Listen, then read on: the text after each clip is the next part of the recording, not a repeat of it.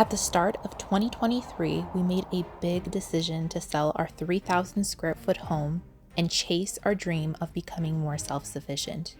After a storm, we hiked into 40 acres of raw land in northern Ontario, Canada, and we decided it was the perfect spot to build a cozy homestead for our family. We've been living in our renovated 300 square foot trailer while getting things set up. When we first arrived on our land, there wasn't even room to park the trailer. Chi camped out and started clearing the land. So far, he's built a well, set up storage and laundry, got our solar temporarily running, and we've been working hard on clearing land and making roads to build our future home. Living off-grid has been a huge learning experience. Right now, we're surviving freezing temperatures in the RV while tackling daily challenges. Our next goal is to continue working on combining 2 trailers to make winter easier and install a wood stove.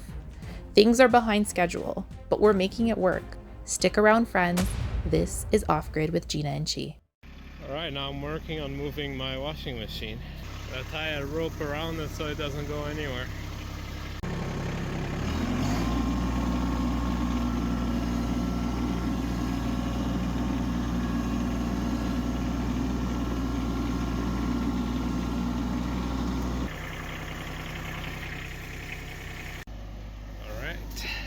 Let's have some fun.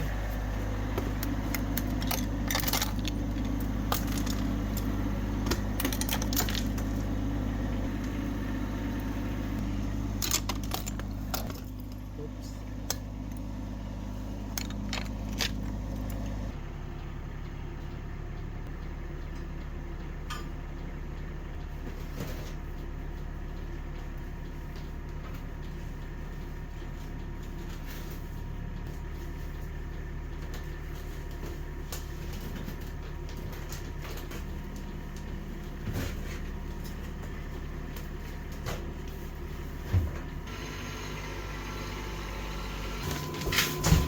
Alright, that was the second heaviest one.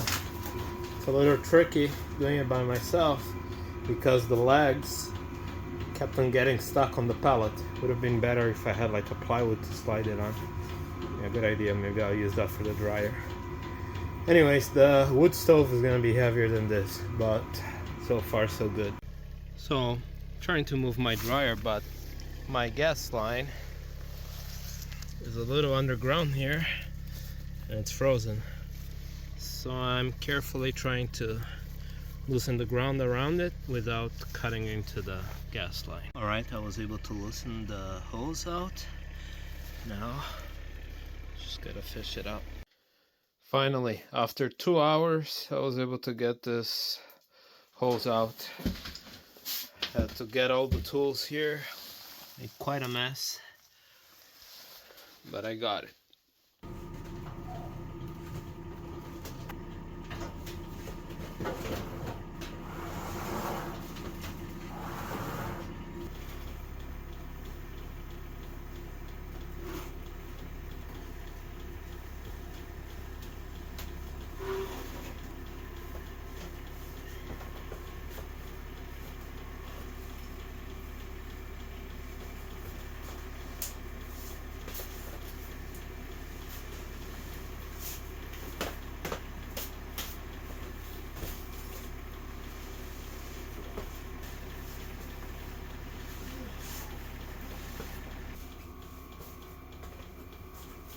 Can never do it without the tractor. Have a special birthday boy. Who's the birthday boy? Me. Yeah, and we decorated everything for him. Jason's message. Ready? Do you hear it? Happy birthday, Michael. We love you. Parabéns pra você nesta data querida. Who was that? De vovó e vovô. Muitos anos de vida pro neném. Vovó te ama muito. Rachel's message. Happy birthday, Michael. Hope you have a great day. Chichi and Chichi love you so much. You liked it? Well, today is not as cold. We finally got a break in the freezing temperatures. It's only 0 or -1 Celsius, so it's pretty nice to be able to be outside without your nose freezing. But yeah, Gotta turn on the generator.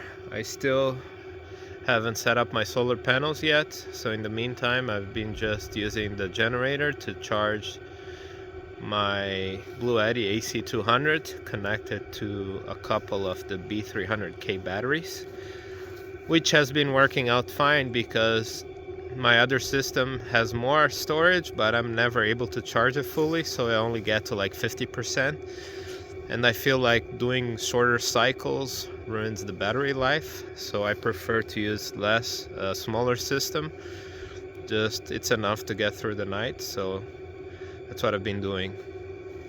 The AC200 with the batteries, the couple of batteries, gives me close to 7 kilowatt hours of storage. I get it charged in about 5 hours running the generator, and then that's able to last me through the night. I want to take a few moments to thank Bluetti for partnering with us in this video and sending us the Bluetti AC300 with 2 of the B300K batteries.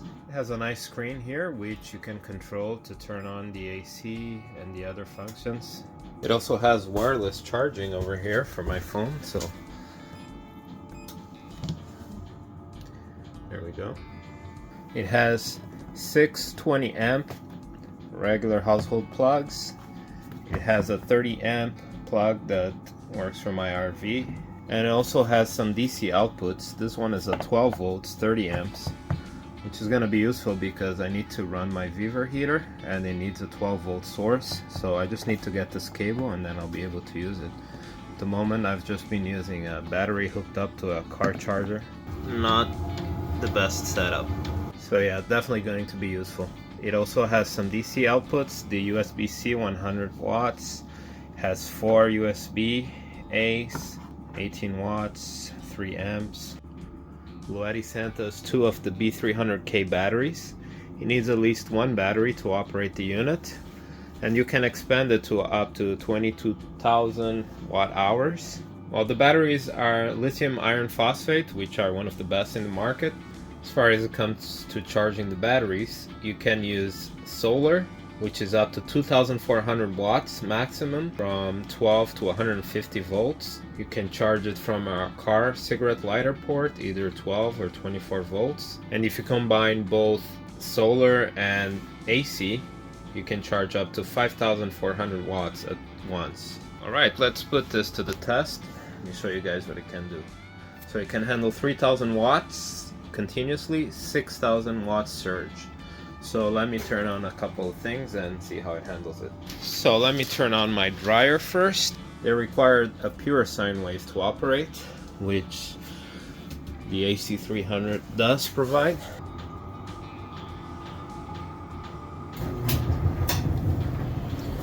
Alright, no issues there. Tells me I'm using 900 watts. When I start the dryer, it's a bit higher, but after it goes down to 300 or whatever. Alright, so I plugged in my table saw. You hear it kick in as soon as I plug it in.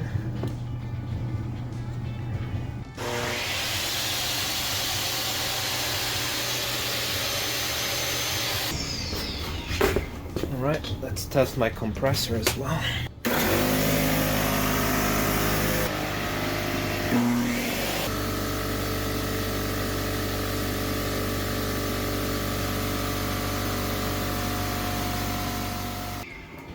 Oh, that's a lot of noise.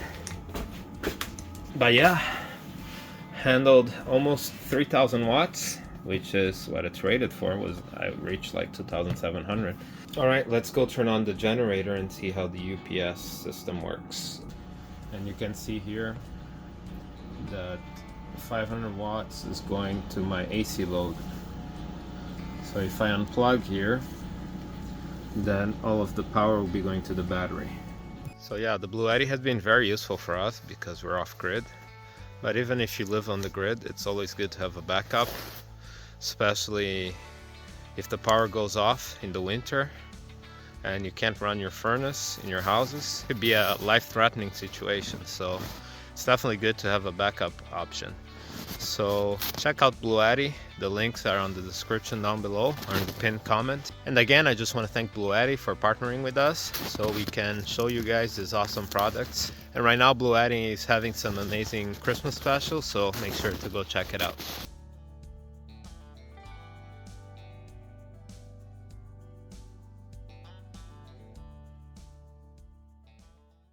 Now I know what some of you might be thinking, like, why do you need all this stuff? Like, you don't really need energy. If you're off grid, you might as well enjoy life without electricity and whatever. Well, that is right. It has its benefits. But my way of thinking is, it's very easy to adapt to a life of comfort. Let's say you're used to a standard of living, and you go back and you go to a simpler way of living. The adaptation sometimes can be hard. And I know about a lot of people that tried going off grid or even moving into the country, and they ended up giving up because it was very hard.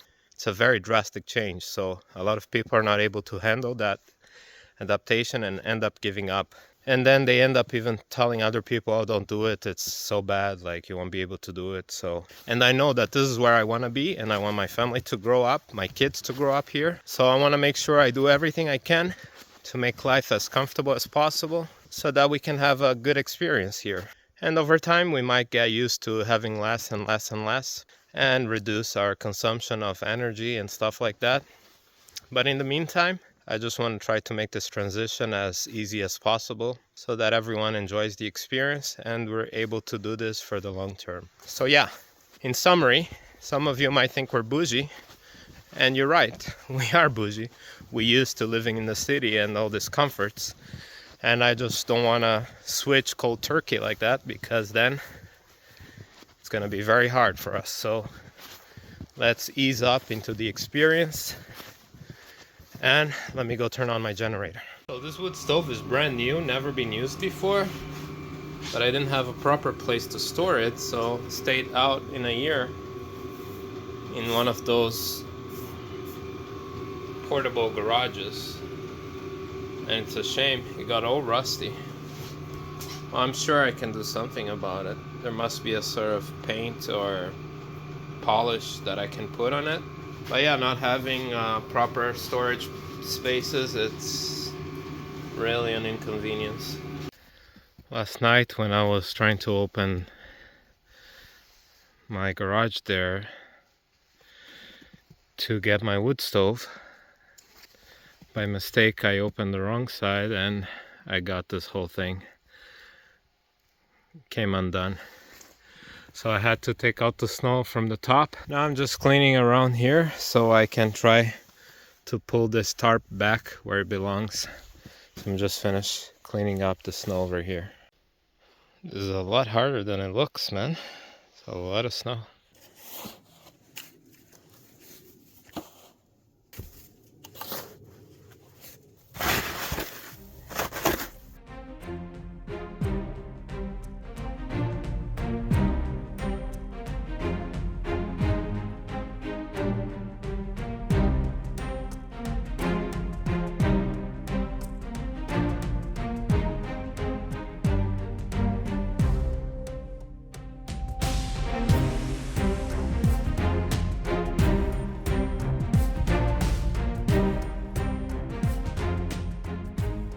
Well, my plan for today was to build a platform over here to put my washing machine and dryer to save up space so I can go over this. This is where the tires, the wheels are for the trailer. But first I had to fix that garage up there, and then I was pumping water and this valve on my water pump started leaking, so I had to replace that. And then my hot water tank there wasn't letting water through, so almost the whole day has gone by and I haven't even gotten to what my plan was for the day. So let me see what I can get done in this last hours of the day. Okay, my laundry is finally installed. I built a little platform to get over that tire hump over there to reinforce it quite well because of the weight of the washing machine. Especially when it's full of water, it's pretty heavy. I think this should be okay. Got my propane on the side for now. Well, no clothes yet, but I'm impressed. Barely any vibration. I did take my time leveling the little feet here. We'll see once we add some clothes on. So today's pretty cold outside. It's 7 Fahrenheit, feels like -9 Fahrenheit. So let me go check the temperature here under my trailer. My hands are freezing. Close to 0 Celsius. So my water hasn't frozen inside, and all I'm using for skirting is just the bubble wrap, which is able to maintain quite the temperature difference between the outside and the inside. So it definitely does work. I had my doubts in the beginning, but now so far so good. Maybe eventually when the temperature drops to like -30 Celsius, I might need supplemental heating. But regardless, even if I had the foam one, I think I would still need heating. Alright, I got my lumber here to build my platform for my water totes. I just want to give a warning to you DIYers out there. I bought this box of screws on sale. It was pretty cheap, it was like $35. And I thought, wow, I'm getting a good deal. But this box, almost all of these screws are crooked.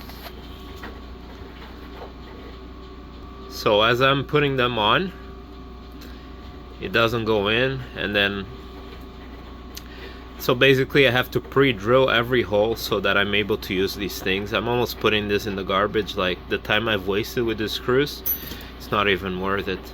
Got a Home Hardware, so be careful. If you see a box of screws on sale, be wary.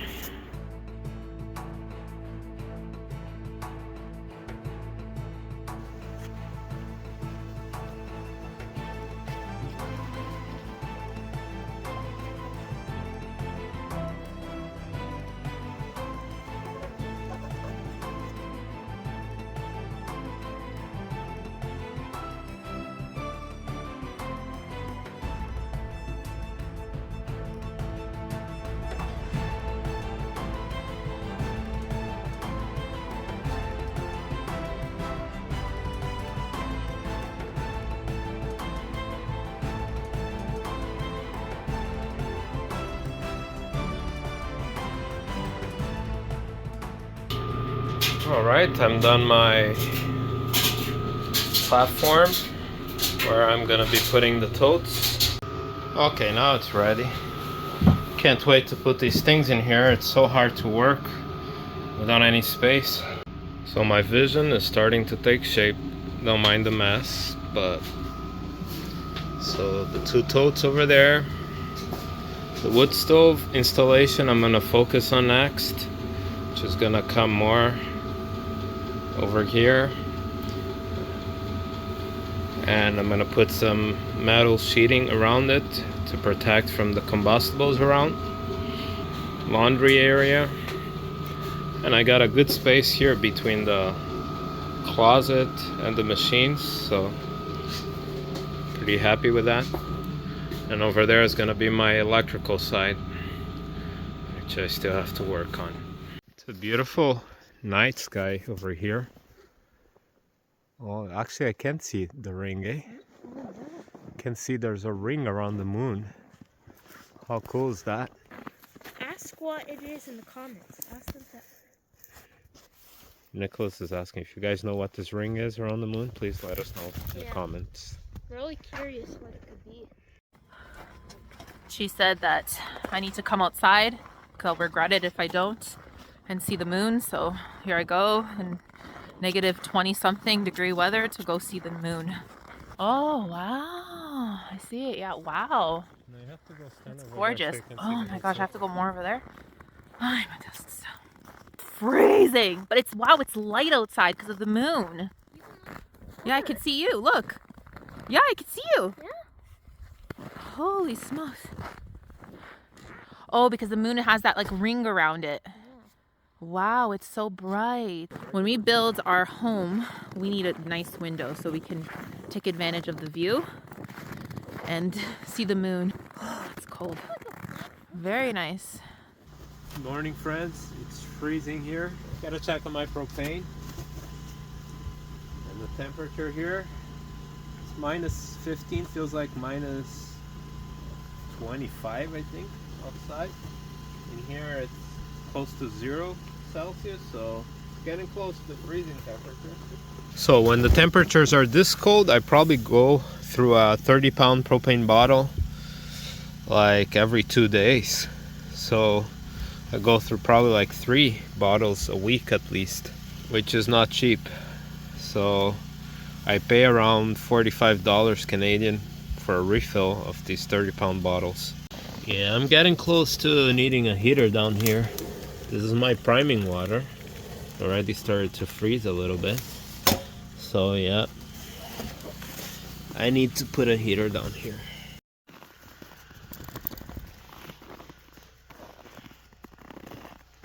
Mister, how can you rub yourself on the snow? You're gonna get cold. I'm cold just by looking at you.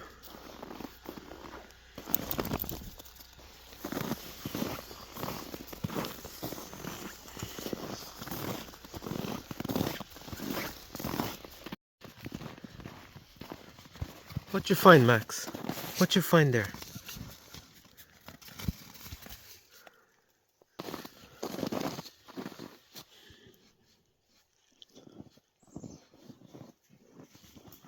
Who sticks their faces on the snow? You guys are something else, eh?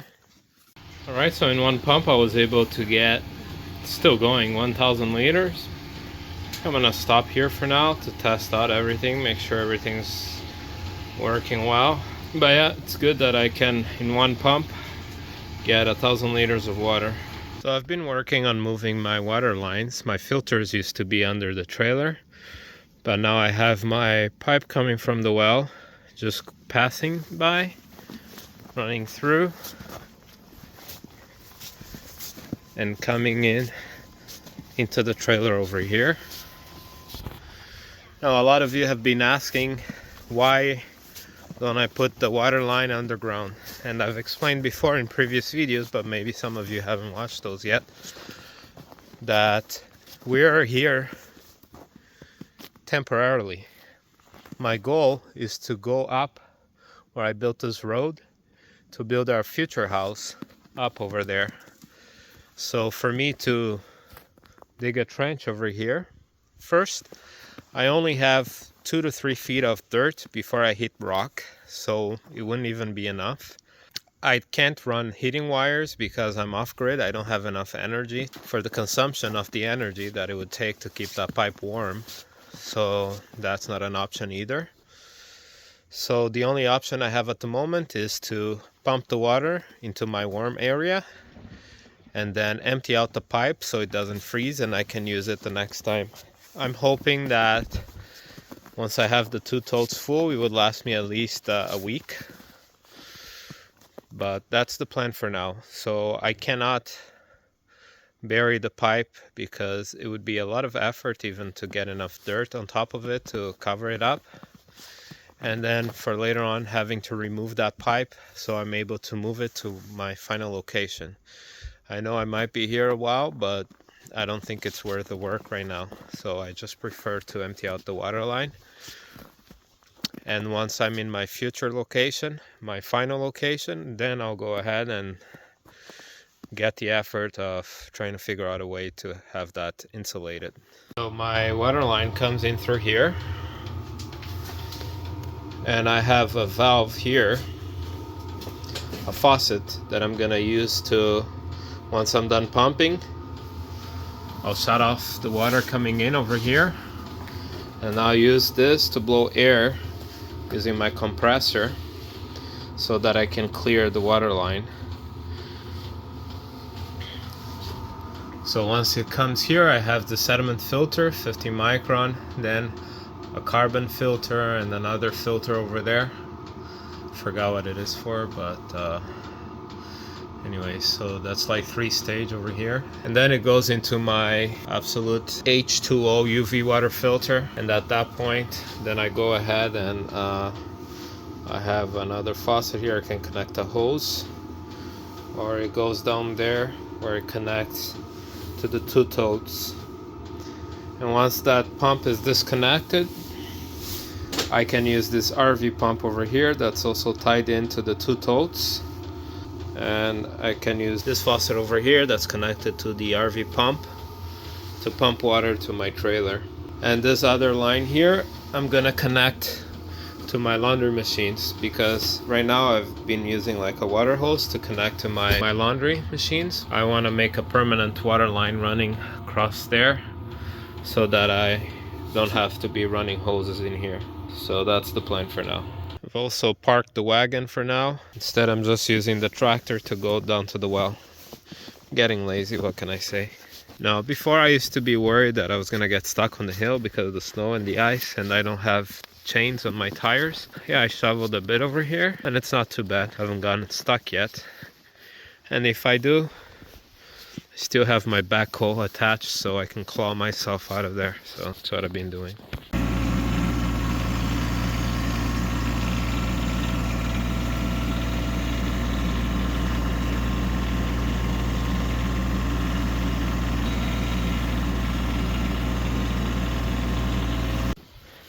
Alright, I'm gonna do some tests now. The water is running.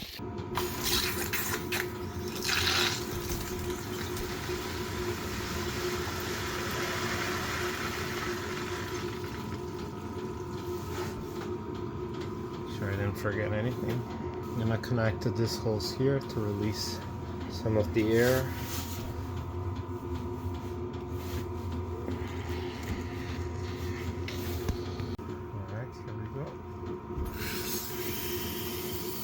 So far I filled both of these totes 500 liters each, which gives me 1,000 liters, which is a lot of weight. I think it's around 2,400 pounds. And so far it's been alright with the platform that I built underneath. And let me show you guys what I did under the trailer. So on both sides where the totes are, I've supported with these blocks of wood and this piece of log, and same thing on the other side over there. And this is right underneath where the totes are. And my platform is on top of these 2x4, one here and one on that side, which sits right above where that beam is underneath. And I know this is not ideal, but for my future house, I'm probably gonna make, if I have storage, it's gonna be straight on the ground with some concrete pad or something like that. But this is what I could come up with in the meantime, because I was scared if I left the totes outside, even if I insulated them, it was still gonna freeze. So that's why I decided to put it in here. We're just going for a little walk right now, and we decided to kind of like reflect on this year, but also talk about the goals that we have for this new coming year. I can't believe it's 2025. No, this year passed by so fast. Can't even believe it's the end. So yeah, this year we only started really working on the land here around the middle of the year, June really, because we had a lot of stuff happen. So by the time we were all settled in, it was already half the year. I think us being robbed last year and then only being able to buy our not new truck, but our used truck, it took a lot of time dealing with insurance, and then we were snowed in basically. We have a video up where we come to the land and we kind of check out things out, but there was a lot of things that didn't allow us to start as early as we wanted to. But it worked out in the end. We were able to get our truck. We couldn't start working on the land. We wanted to start sooner rather than later, but it was more later on. But when we got here, there was a lot of cleanup to do. I don't know if you guys watched that video where, she was doing all the cleanup, rodent proofing and all that kind of stuff. We had last year our plan was to use the hay, which a lot of you in the comments have mentioned. Use hay as an insulator. And one of the reasons I think that was good that we actually tried it out, that we saw how messy it was, how it attracted rodents so much, and also once spring starts heading in, like the gnats and the mosquitoes and the flies are very attracted to hay. So it was like a mess to clean up. So we're happy we didn't go that route this year. But I do understand why people do use it. Right. Straw, right? Not hay, straw, sorry. I think one of the biggest accomplishments this year was the road build. No? Yeah, that definitely took some effort and time. But looking back, I feel like maybe I should have focused on winter prep, you know? We always have these dreams that you're gonna accomplish this and that. But sometimes we have to be more realistic. I have to listen more to Gina, because she's like, no, you won't be able to do all that. And I try not to believe her, but sometimes it's true. You know, sometimes women are right, but you know. No, but it's because I see how much effort it takes every single thing that we do. Water, energy, like when you're off grid, it's like a different, it's almost like you're in your own little bubble and you don't depend on anyone but yourself. So it's almost like everything takes much more time. Even though we do have some modern day conveniences like laundry, we don't have to we don't even hang our laundry. We use our dryer, and we have our washer. We have a normal setup, but it's not so normal. Like it's a little bit tweaked to be off grid, right? So it's so different being off grid, and I feel like a lot of people overlook the time period that it takes to do things, especially if you're doing things on your own. And it's not only that, we're working, we're taking care of the kids. It's one thing you doing this alone or as a couple, and then you add kids in the mix, you add dogs in the mix. I mean, it just becomes so much more complicated, right? And you have to enjoy life as well. It's not only about we actually work. We went on a vacation with the kids, which was fun. Took some time off, and now me and you went on a vacation just by ourselves. We went to Dominican, and guys, it was so good. Like, I feel like even though Chi at first, he was like, no, we can't go on a vacation. And I said, yes, we're going to go on a vacation, because we've been planning this vacation like since 2020. We wanted to be getting away, and always something came up. And the vacation was super fun. Also talking about developing the land. When I first got here, the first week or two, I was kind of feeling almost like, oh no, did I make a mistake here? Because I don't see any like building sites, you know?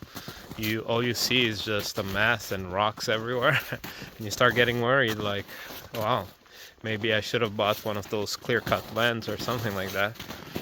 But after you start clearing and working, leveling, then you start seeing the dream come true, right? So in the beginning, it was a little discouraging, but after we start clearing, it's okay, it's not that bad, we can do this.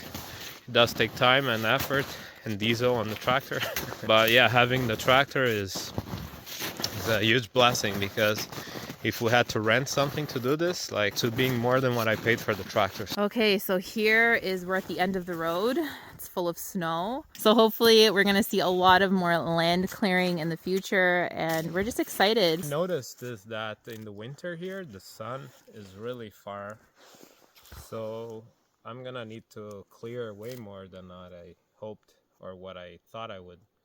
So, I mean, it's gonna be nice for the kids. They're gonna have lots of open room to play with, but it's gonna be a lot of work. We own both sides of the road as well, so we don't have neighbors on in the front of our road. We own that, and we are surrounded by crown land. We only have one neighbor, so I mean, it's pretty it's pretty private, you know.